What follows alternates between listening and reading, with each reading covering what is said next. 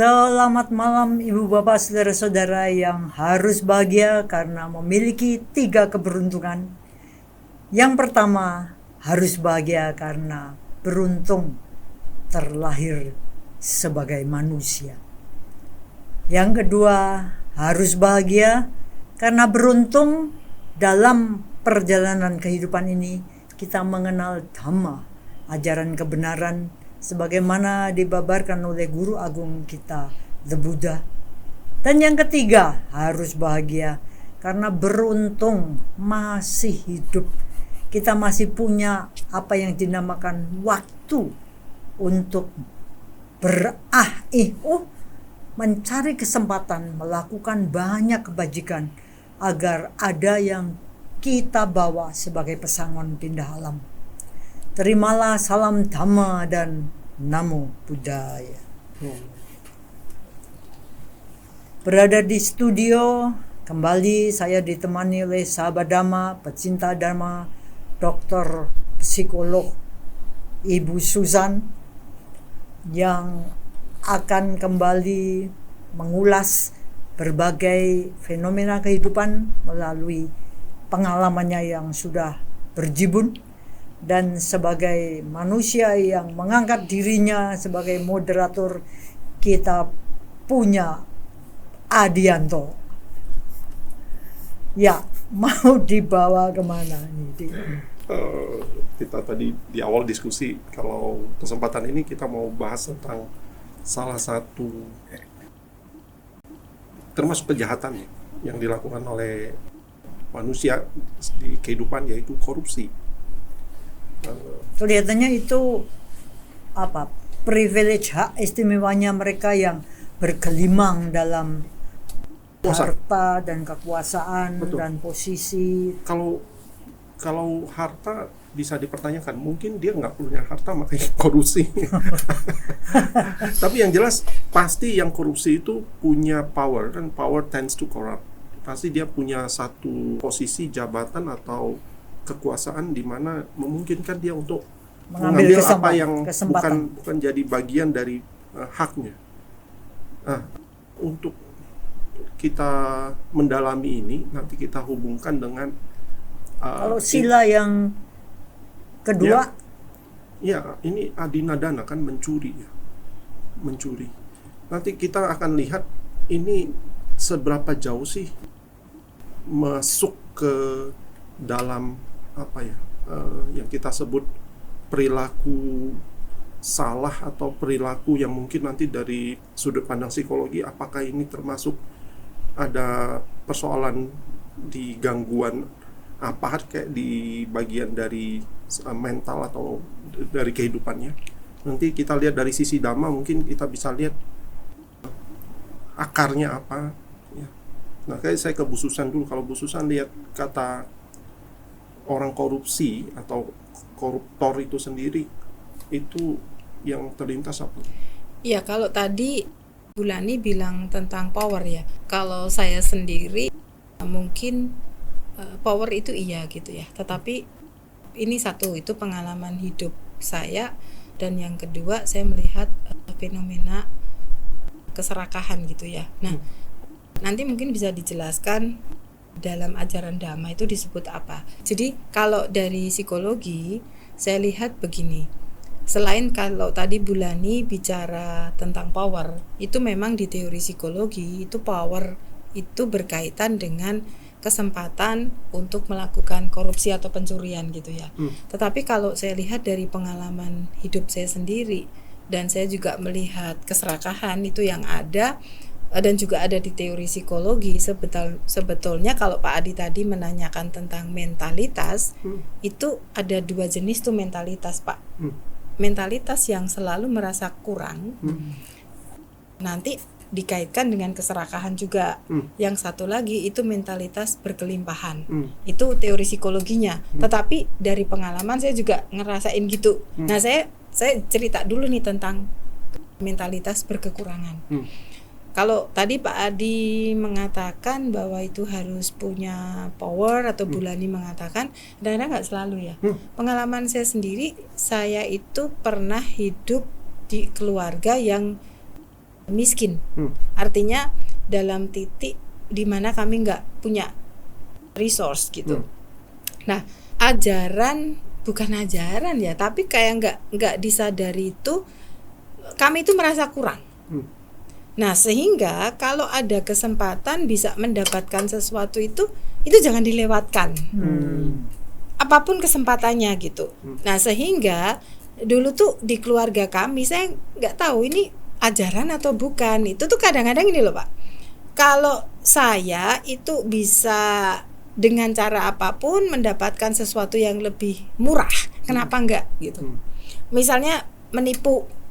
Misalnya gini, supaya biaya sekolah saya nggak mahal, mengarang-arang cerita untuk mendapatkan murah itu tuh prestasi gitu.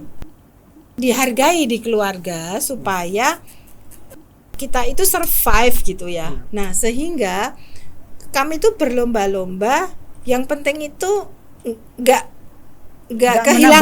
kehilangan, betul. Nggak banyak mengeluarkan cost. Caranya apapun tuh nggak penting gitu. Prestasinya itu hasilnya adalah itu nggak mengeluarkan uang atau apa ya, tidak menambah beban. betul, intinya itu. Nah, sehingga ini kan orang lalu mikirnya mencuri dikit-dikit tuh ya nggak apa-apa, korupsi dikit-dikit tuh nggak apa-apa, karena kami tuh dari keluarga kekurangan. Tanpa itu kami nggak survive. Itu kayak hukum yang mensahkan apa yang kita lakukan. Mungkin ini nggak diajarkan secara langsung gitu ya Pak, bukan mencuri itu baik, bukan, tetapi itu kayak norma yang Dipercaya gitu ya. dan ini kekurangan menurut saya. Artinya kalau mentalitas saya seperti ini, kalaupun saya kaya, itu saya tetap akan merasa saya itu kurang. Sehingga menghalalkan segala cara untuk mencari resource supaya saya nggak mengeluarkan, nggak rugi ya. Gini, orang yang merasa kekurangan itu Bu, kalau mengeluarkan sesuatu itu rugi. Itu. Tapi kalau saya mendapatkan sesuatu itu untung. Nggak ada istilah berbagi itu untung.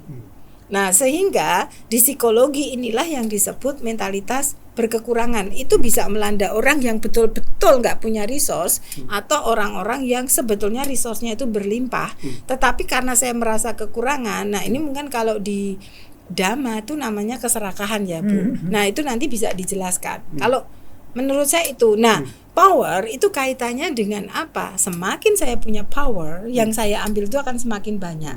Tetapi bukan power dulu kalau menurut saya. Mentalitas kita itu bicara apa? Nah, sehingga saya merasa orang miskin itu jadi sah kalau mencuri gitu loh. Karena saya memang berkekurangan gitu, dan hanya dengan cara inilah saya itu bisa survive gitu. Nah, jarang sekali toh orang berpikir orang miskin itu ya kalau memberi itu tuh nggak nambah kemiskinan, tuh jarang. Orang miskin tuh kalau memberi pasti mati gitu loh Bu. Nah, pandangannya betul. gitu ya. Nah, jarang sekali orang itu diajari untuk kalau kamu memberi itu akan mendapat berlipat ganda gitu konsekuensinya. Konsekuensi yang dibayangkan orang yang punya mentalitas kekurangan, memberi itu selalu kehilangan. Nggak ada konsekuensi memberi itu mendapatkan. Nah, ini kalau dari tidak ada buah dari perbuatan memberi kecuali kerugian. Betul. Rugi. Itu yang pengalaman saya pribadi Pak. Saya tuh merasa dulu berprestasi kalau bisa mengeluarkan sesedikit mungkin dan mendapatkan sebanyak mungkin. Nggak dilihat prosesnya. Dan semakin saya tuh ngomong aku tadi berhasil gini loh, bohong-bohong sedikit, itu tuh kayak diberi reward gitu, kayak wah kamu tuh cerdik. Kamu itu punya strategi, kamu itu ini gitu. Nah kalau jujur lalu akhirnya kena banyak, nggak harus ngeluarin banyak, itu dimarahin gitu loh Bu. Jadi kayak kamu tuh terlalu jujur, harusnya tuh kamu nggak gitu, harusnya tadi tuh ngomong gini. Jadi kejujuran itu salah gitu. Iya benar. Nah, Kalau kita agak masuk ke dalam, apakah tempat yang dituju ini yang harusnya diberikan resource-nya sampai harus dibikin cerita bahwa saya nggak bisa segini, nggak bisa, ini nggak pantas atau gimana sih? Misalnya mau masuk Sekolah. sekolah. Ya, misalnya ya. Itu Nah, kayaknya jadi nggak ada faktor itu ya. Ini sekolah nggak pantas dibantu sampai kita harus.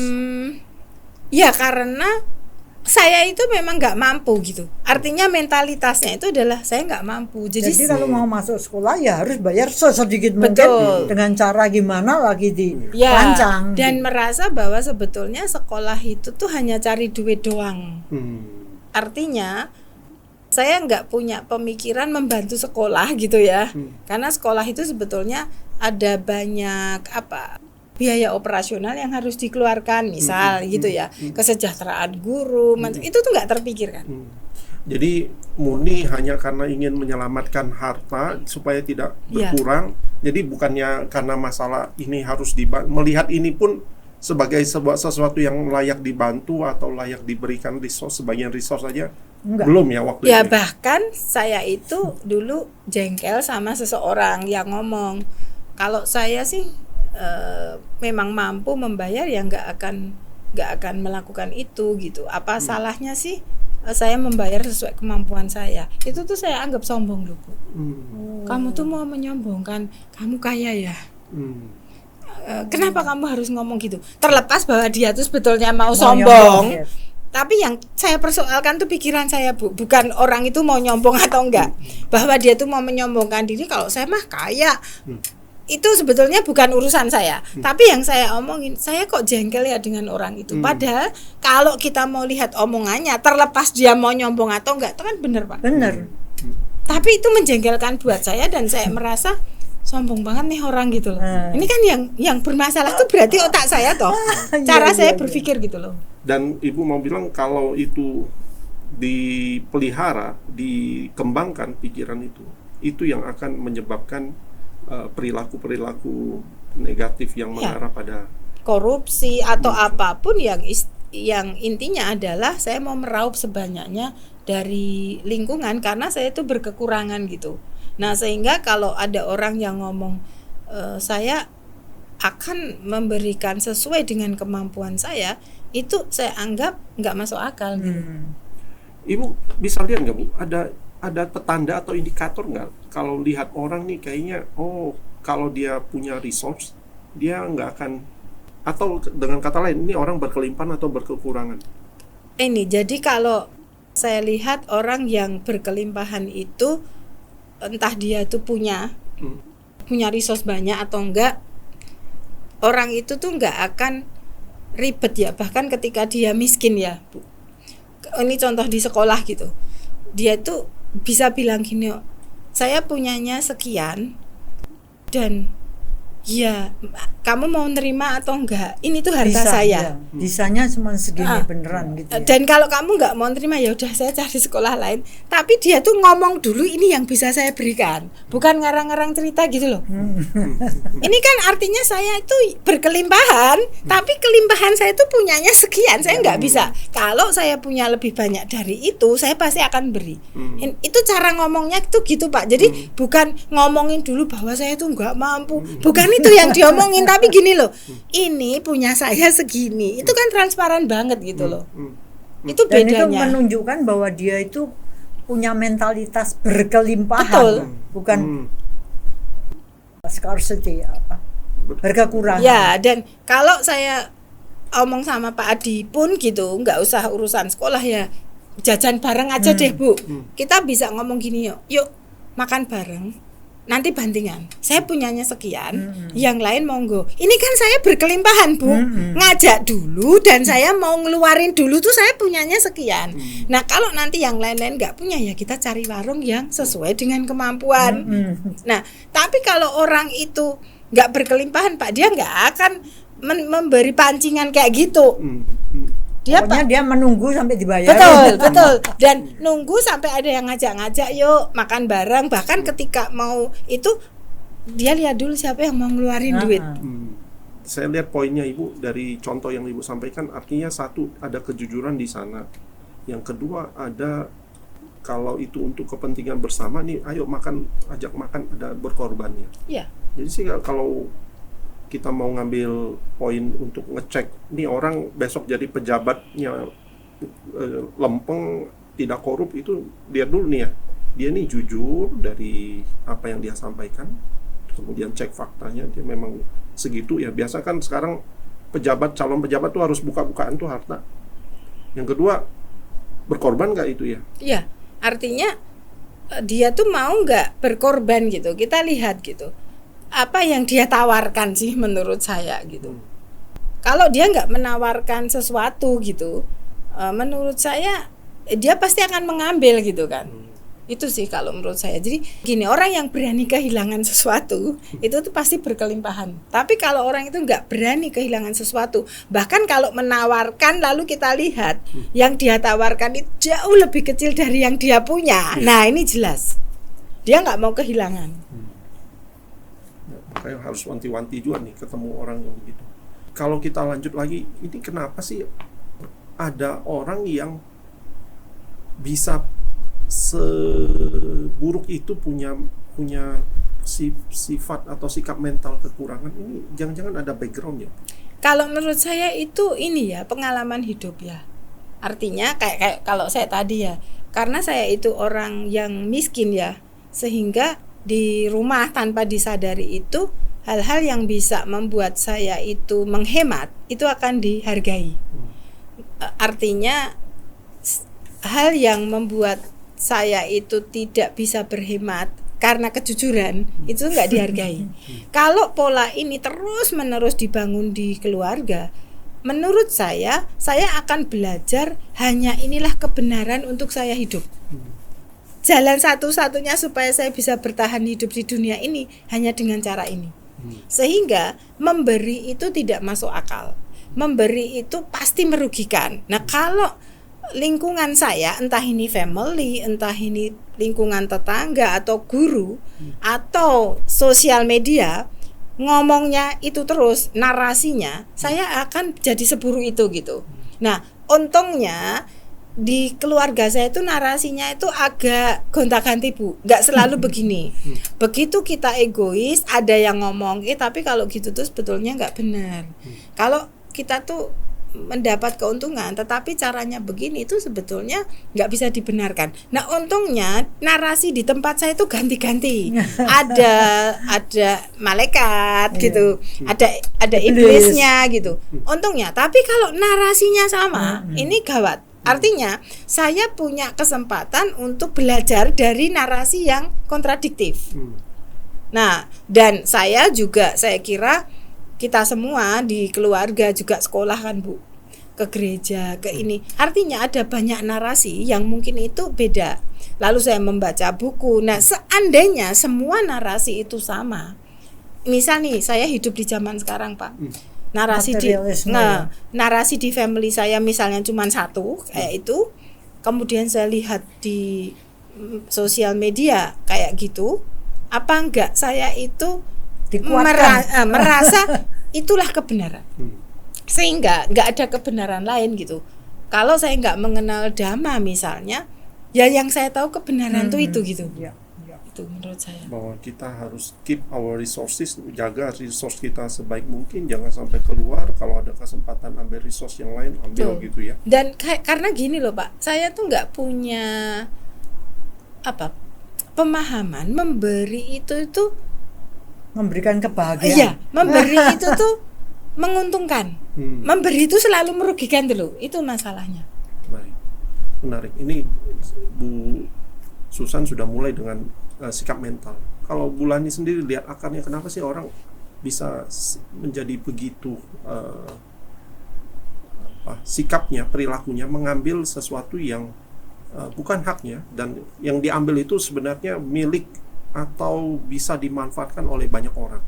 Kalau ngambil satu, terdampak satu, namanya kan ada istilahnya yang di kejahatan namanya mencuri. Tapi kalau korupsi itu kan dampaknya masif ya. Ada bagian dari kelompok besar yang harusnya mendapatkan manfaat, tapi nggak, itu pencuri besar lah ya. Dan itu diam-diam, dan itu atas dasar kekuasaan yang diberikan. Kalau pencuri, ya kasusnya nanti, ya kamu tuh cuma pencuri. Ini kamu udah punya kuasa, kamu harusnya bisa ngatur, harusnya nggak ngambil, malah ngambil. Ini sebelum ke Bulani ya Pak Adi, saya mungkin bisa lanjutkan tuh gini. Bukan hanya persoalan saya itu misalnya mau masuk sekolah lah atau beli sesuatu gitu. Sampai kalau saya itu mempekerjakan seseorang, itu kalau bisa saya itu cari tenaga kerja yang paling murah gitu.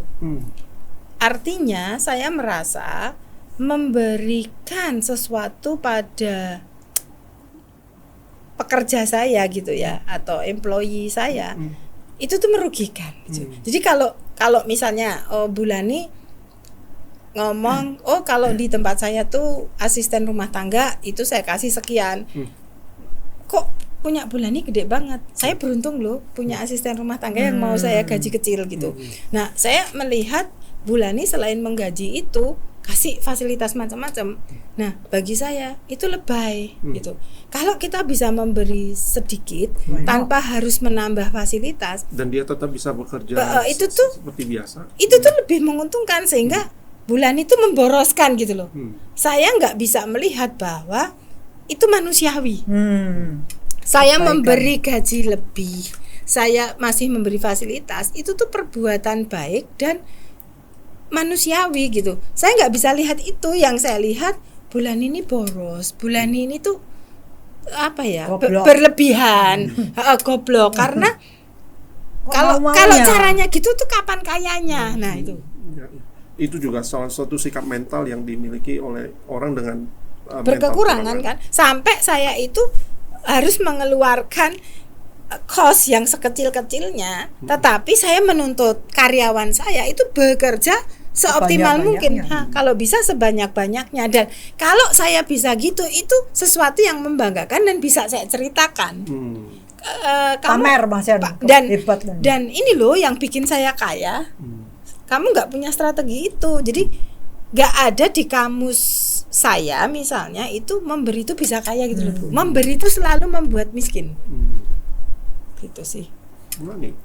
Ya, itu menarik sekali kalau kita melihat bahwa sebenarnya corruptor itu kan kembali berasal dari corrupt dan ya, orang yang corrupt. Corrupt sendiri artinya rusak. Menarik. Jadi koruptor itu sebenarnya seseorang yang merusak. Karena efeknya itu sebenarnya luar biasa. Ya tadi kalau dikatakan saya mencuri kecil-kecilan, ini mencuri besar-besaran. Tapi bisa kita sebenarnya deteksi bahwa perbuatan korupsi itu biasanya dimulai dari kecil-kecilan. Dan bagi secara umum itu kecil-kecilan tuh nggak apa-apa. Contoh yang seperti kita berada dalam dunia pendidikan, nyontek. Nggak ada orang yang menganggap bahwa menyontek itu dosa besar banget, itu nggak ada. Kecuali orang-orang bahasa Mandarin. Karena kalau bahasa Mandarin itu menyontek itu adalah mencuri lihat.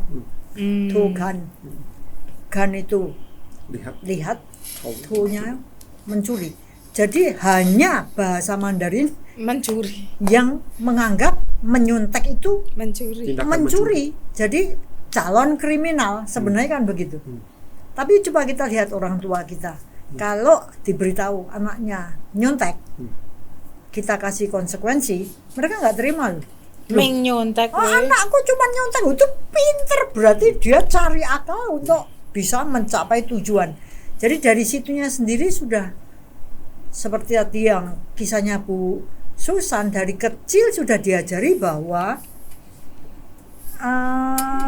Melepas. jangan melepas. Cheating kecil-kecilan Kita harus gini. itu tuh Kita harus jadi bukan rewarding. ya. Jadi dari situ mungkin kembali dari keluarga itu sudah ada nilai-nilai yang serong ke sana, serong ke sini, yang dianggap sebagai satu, wah ini cerdik ini pinter, ini anakku pasti akan sukses. Lihai Bu Lihai, istilahnya. bisa cari akal, Ya, banyak akal. banyak akal.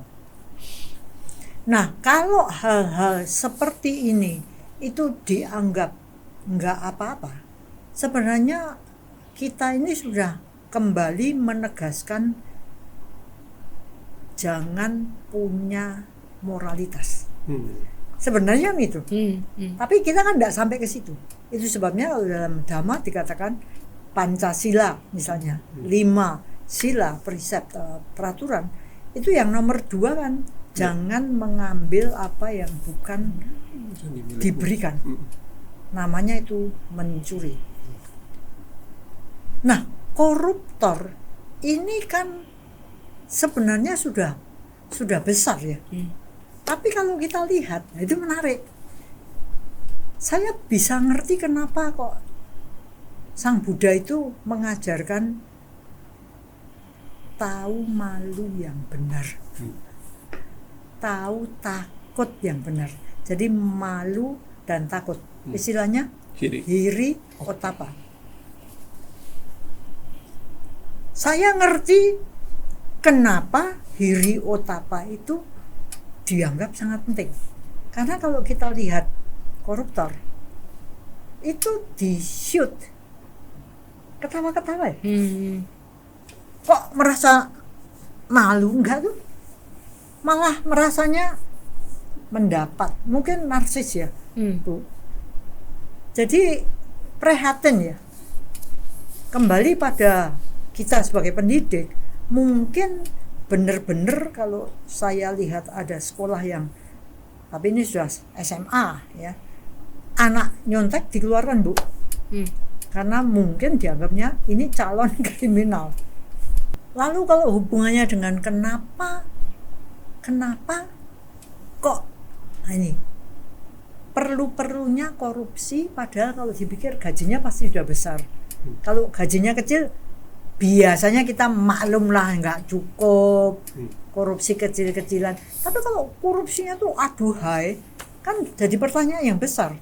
Maklum artinya walaupun kena hukum, kita bisa lihat waktu diberitakan background, oh wong miskin. Ya kita melihat orangnya aja kan, misalnya Bu Susan ini pencuri kecil-kecilan, itu kan masih gitu ya. Tapi kalau pencuri besar-besaran, koruptor, kita kan kok ngambilnya sebanyak itu gitu ya. Sudah pandangan kita kan sudah juga berbeda. Maka kembali pada pikiran macam apa yang membawa pada satu nilai fantastik. Itu pasti orang yang sudah terbiasa, sudah punya keterampilan seperti itu. Jadi kalau dilihat sebagai orang yang merusak, memang ya benar. Cuman saya melihatnya menariknya gini Bu, koruptor itu sulit dibasmi karena banyak jaringan yang semuanya busuk, atau bahkan dikondisikan untuk ikut di bagian dari tindakan yang mengarah pada korupsi ya. Orang-orang yang diberi jabatan secara bersama-sama di tingkat jabatan yang sama, umpamanya kita katakanlah ketua kelas semua, ketua kelasnya kerja bareng untuk ngambil uang atau bikin laporan keuangan yang sama semua, supaya nanti kalau ketangkap satu ketangkap semua. Jadi, atau sama-sama menyembunyikan bahwa dipukul rata nih nanti. Itu jadi otomatis gitu menjadi menjadi apa? Saling melindungi. Ya. Ada mekanisme begitu sekarang. Kalau kita lihat beritanya, di level orang yang punya kuasa itu ternyata bareng. Ya. Jadi saya nggak bisa ngelaporin ibu, kita nih jabatannya sama. Kita jabatannya sama karena wah kita tahu sama-sama tahu bahwa itu kita sama-sama dapat duit kok. Ibu ketua kelas A. Karena gini ketua kelas Pak, B. saya nggak berani hidup menderita. Misalnya nih, kalau saya berani hidup menderita, saya nggak ikutan. Nggak ikutan itu artinya saya nggak akan dapat akses. Iya. Nggak akan naik jabatan ibu. Iya, atau malah saya dikeluarkan dari situ. Iya. Saya nggak berani menanggung risiko itu, lalu saya kerja apa? Sebetulnya kan banyak pekerjaan, cuman duitnya emang nggak banyak Bu, kalau nggak dapat akses. Nah problemnya, meskipun pada awalnya saya itu dan bahkan sampai saat itu saya nggak pengen korupsi sebetulnya, tapi itu kayak dosa diam ya.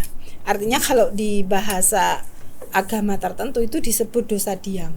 Jadi saya nggak melakukan, tapi saya mendiamkan. Atau kalau nama saya dipakai ya saya diem aja gitu. Kenapa? Karena saya takut menderita. Kalau saya nggak ikut itu, akses pasti tertutup. Dan kalau akses tertutup, saya merasa nggak bisa beli apa-apa gitu. Sementara tawarannya betul. Dan aduhai ya. kalau saya sampai keluar dari situ, mungkin saya nggak akan miskin-miskin amat, tetapi saya merasa nggak punya apa-apa. Jadi intinya adalah mentalitas saya juga tetap berkekurangan karena saya merasa nggak punya apa-apa gitu. Nah ini yang menurut saya kalau kita lihat mungkin ada orang yang tidak ikut korupsi, nggak ikut gitu. Tetapi dia nggak bisa keluar dari lingkungan itu dan mendiamkan sistem itu gitu. Supaya saya tetap punya akses gitu, meskipun saya tidak melakukan gitu. Nah artinya memang gini ya Bu, untuk bertahan dengan prinsip yang susah ya, kebenaran tuh harus berani menanggung resiko untuk melepaskan hal-hal yang sifatnya duniawi tadi, material gitu.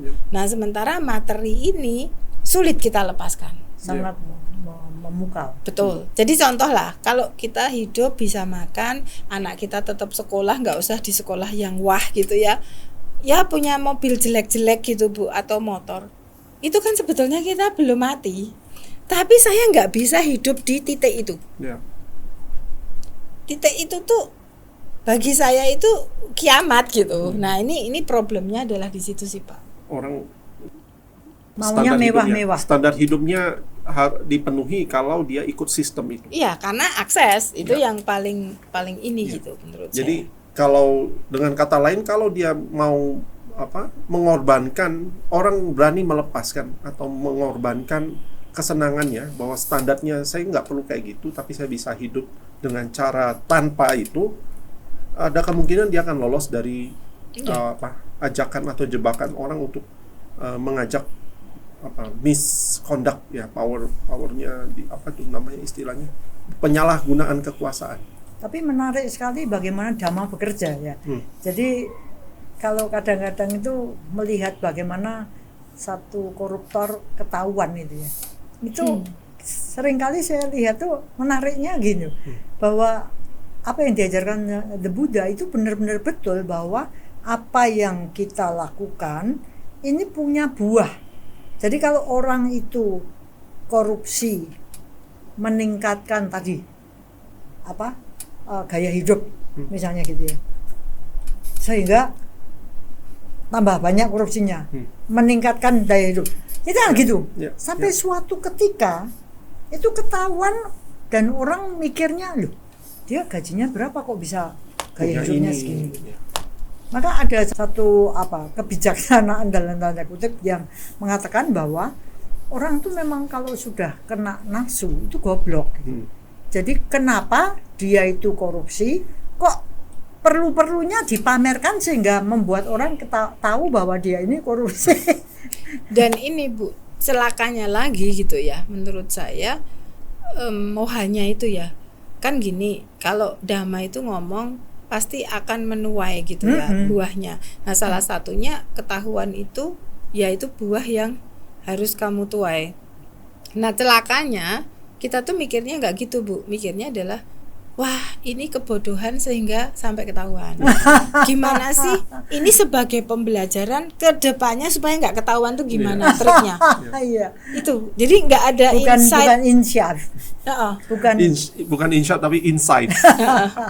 Jadi intinya adalah kan kita biasanya ambil learning point-nya apa? Oh, learning point-nya ya Dhamma. Misalnya ajaran Dhamma itu mengatakan buah karma gitu kan. Tapi saya nggak mikir gitu, Bu. Learning point-nya adalah gimana Bagaimana sih supaya- supaya lebih lihai. Nah. Besok tuh nggak ketahuan tuh gimana. Itu persoalannya. Jadi Ya, menarik. mohanya itu, Bu. Ya, dan memang benar-benar betul bahwa kalau kita nggak hati-hati dalam kehidupan sehari-hari, moha kita ini makin lama pasti makin tebal. Jadi kita tidak mungkin terbebas dari penderitaan karena loba dosa moha kita pasti makin tebal dan dosa moha kita makin tipis, mungkin minus, sehingga udah nggak punya lagi jalan menuju akhir penderitaan yang benar-benar sejati.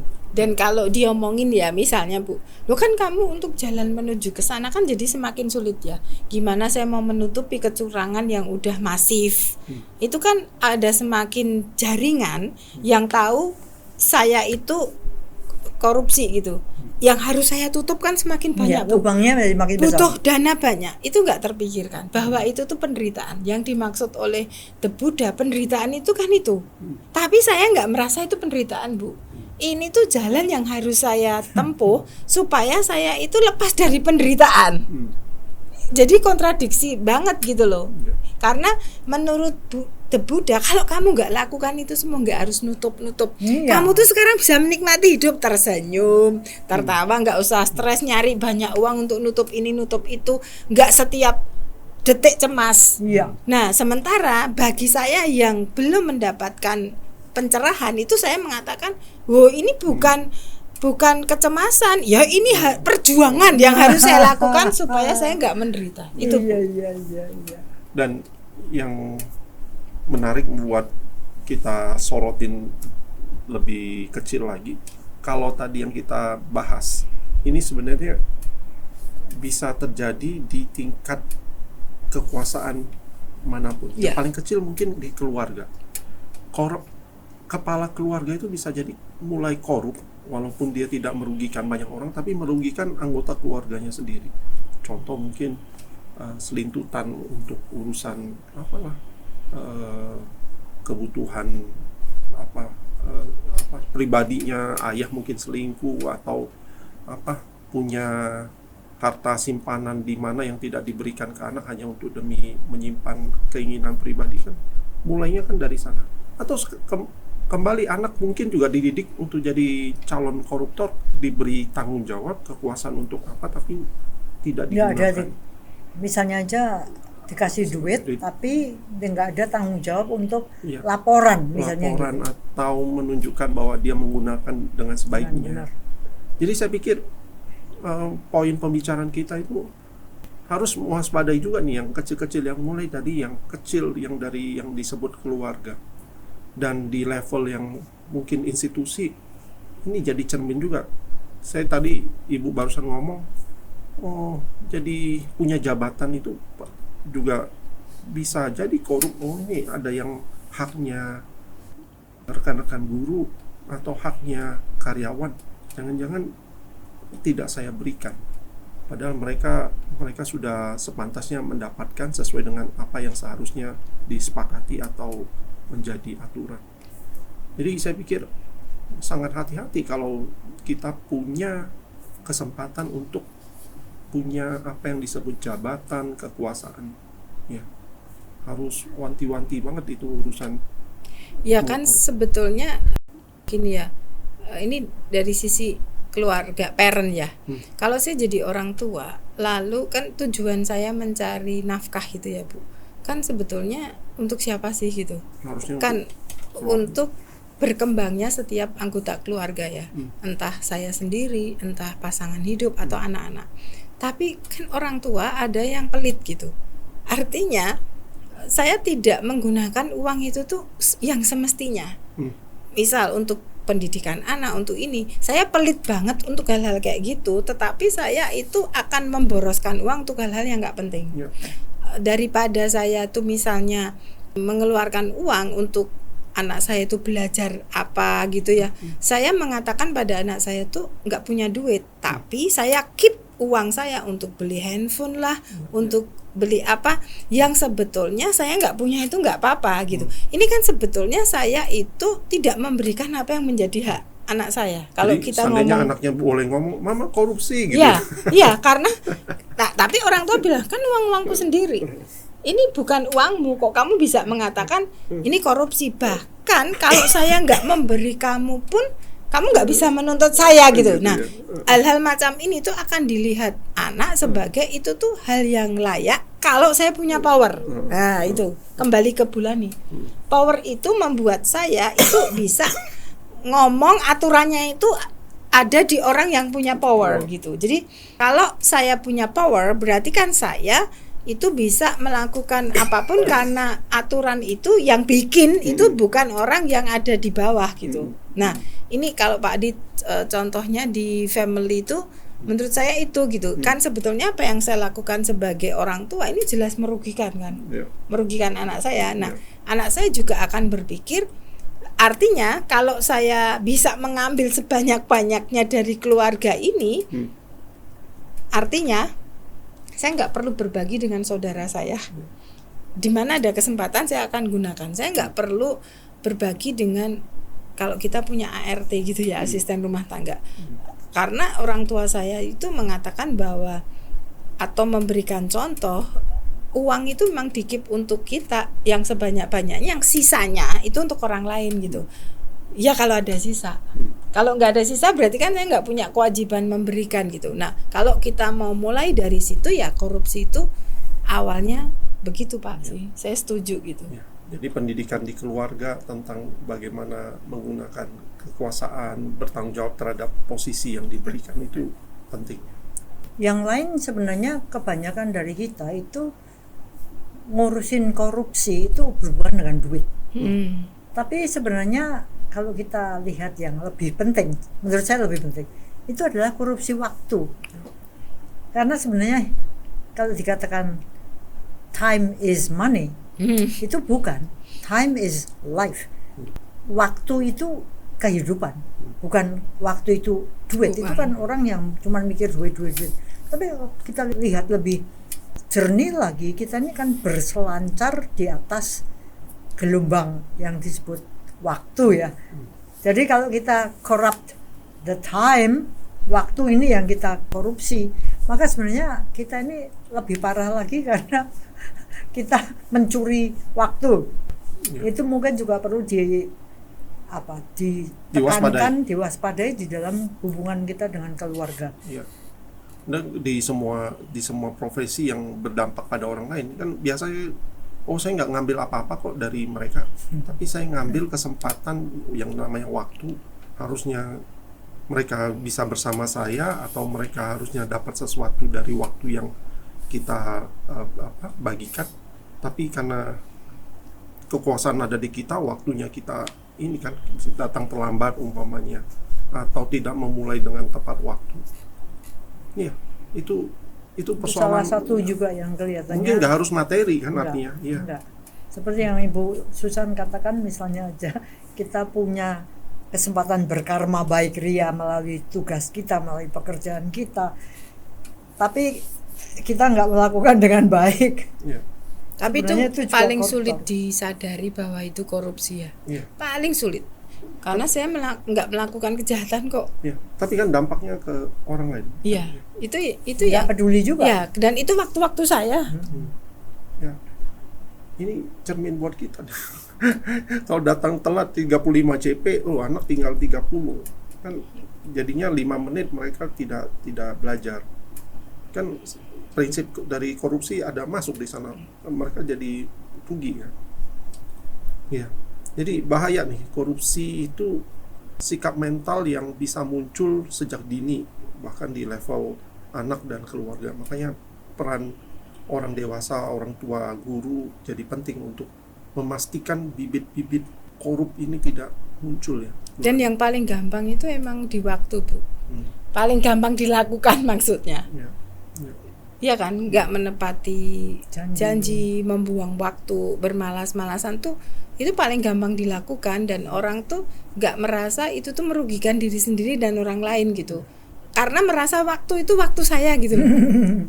Intinya tuh saya loh Bu, intinya tuh di saya, itu punya saya, waktu itu punya saya. Iya, benar. Padahal waktu itu kalau dianggap resource itu resource bareng ya. Iya, Kita saling berdampak nih. iya. Kan kita menggunakan waktu itu bersinggungan dengan orang lain pasti gitu loh. Iya. Penggunaan waktu itu selalu bersinggungan dengan interaksi kita dengan orang, itu yang nggak kita sadari. Menarik. Bulan nih penutup pesannya untuk Para pemirsa. pemirsa untuk waspada korupsi. Ya, saya kira bincang-bincang kita sangat menarik karena ada beberapa poin yang terlihat dalam fenomena korupsi ini, dan mudah-mudahan para pemirsa mengetahui bahwa jangan sampai kita ini korupsi waktu, gitu ya. Karena itu meskipun tidak terlihat, itu sepertinya jangan dilupakan. Time is life. Waktu adalah kehidupan itu sendiri. Semoga kita menggunakan waktu yang kita miliki sebaik-baiknya. Jangan sampai terbuang sia-sia karena kita mengkorupsi kesempatan kita berbuat baik sendiri. Suatu ketika kita pasti mati, tidak ada lagi waktu yang kita punyai, sehingga mari kita benar-benar mewaspadai segala pola tingkah kita supaya waktu yang kita miliki setiap saat bermakna. Semoga semua makhluk bahagia dan semoga yang terbaik datang pada kita semua. Selamat.